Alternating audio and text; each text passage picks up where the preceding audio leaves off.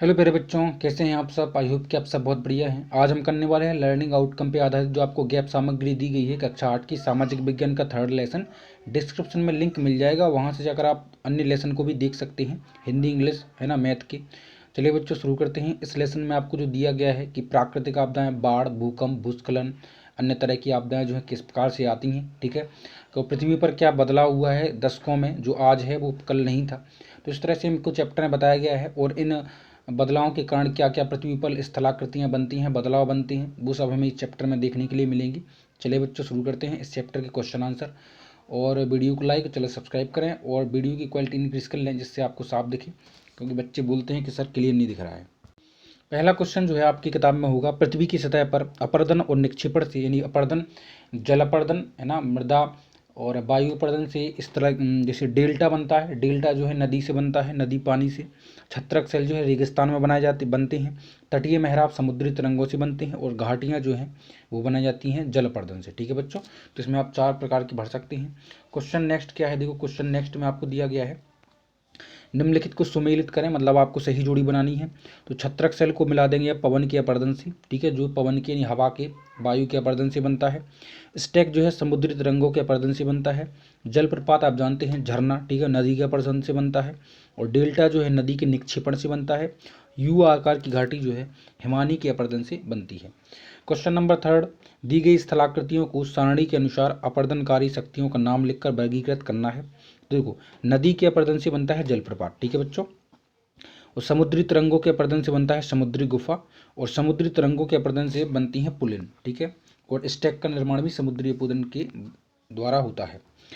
Question number 4 में कहा गया है छत्रक सेल किस प्रकार के प्रदेशों में पाए जाते हैं। तो ये रेगिस्तानी क्षेत्रों में पाए जाते हैं छत्रक सेल। ठीक है, क्वेश्चन नंबर 5 पे हम नजर डालते हैं। तो आपको चित्र दिए गए हैं, चित्र के माध्यम से बताना है कि ये किस किस मतलब किस अपर्दन से ये बनाए जाते हैं। तो बालू के टिब्बे जो है मृदा के अपर्दन से बनाए जाते हैं। ठीक है, अगला है नदी के अपर्दन से जलप्रपात बनाया जाता है।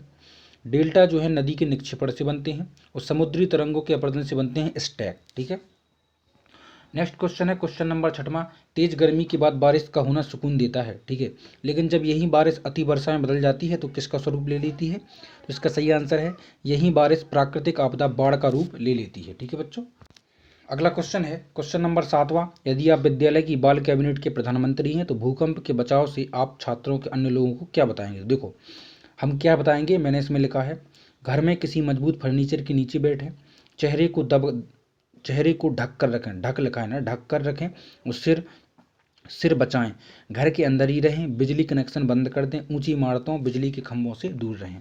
क्वेश्चन नंबर 8 है, निम्न में से कौन सा कथन असत्य है, आपको कारण भी देना है। तो बच्चों इसका सही आंसर होगा कि जो थर्ड है आपका, भूकंप के द्वारा चिमनी के आसपास रहना, यह असत्य है।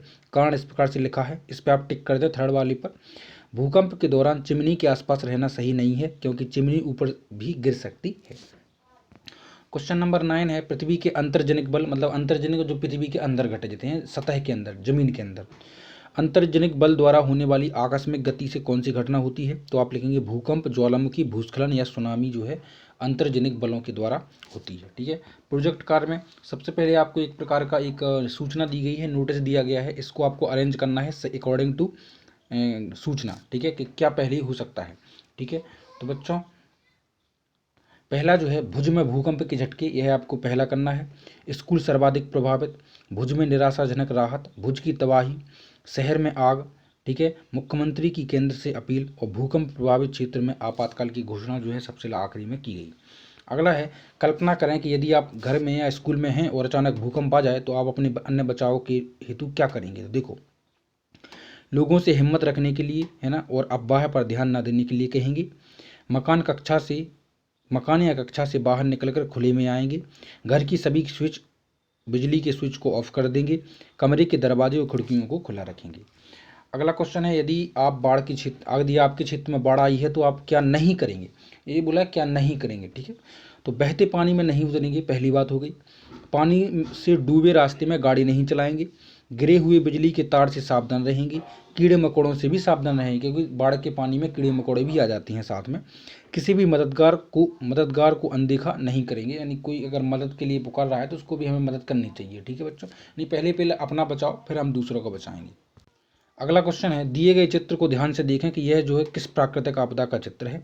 आप 3 बिंदु भी इस पे लिखना है। तो देखो, आपदा का नाम है भूकंप। भूकंप से बचाव के लिए 3 बिंदु इस प्रकार हैं कि ऊंची इमारतों में खंभों से दूर जाएंगे, सिर को चोट से बचाएंगे और घर की बिजली जो है आप बंद कर देंगे पूरी तरह से। ठीक है। जो बल पृथ्वी की सतह पर उत्पन्न होते हैं उनको बोलते हैं बहिर्जनक बल। ठीक है, आपकी बुक में भी दिया गया है, चैप्टर जरूर पढ़ें। समुद्री गुफा, तटीय मेहराब, स्टैक पुलेन किस द्वारा निर्मित होते हैं। तो समुद्री तरंगों के अपरदन से यह सब जो है निर्मित होते हैं। नदी के अपरदन या निक्षेपण द्वारा कौन सी स्थलाकृति बनती है। तो नदी के अपरदन और निक्षेपण के द्वारा नदी विसर्प, डेल्टा, जलप्रपात बनता है। ठीक है। लुईस का मैदान, समुद्री गुफा, बालू के टिब्बे, तटीय मेहराब, जल छत्रक, छत्रक सेल में से पवन द्वारा निर्मित स्थलाकृति हैं। देखो बच्चों, पवन द्वारा निर्मित बालू के टिब्बे और छत्रक सेल जो है पवन द्वारा रेगिस्तानी क्षेत्रों में बनाए जाते हैं। आई होप कि आपको क्लियर हो चुका होगा। वीडियो को लाइक और चैनल सब्सक्राइब करें। मिलते हैं नेक्स्ट वीडियो में आपसे जल्दी ही। Take care.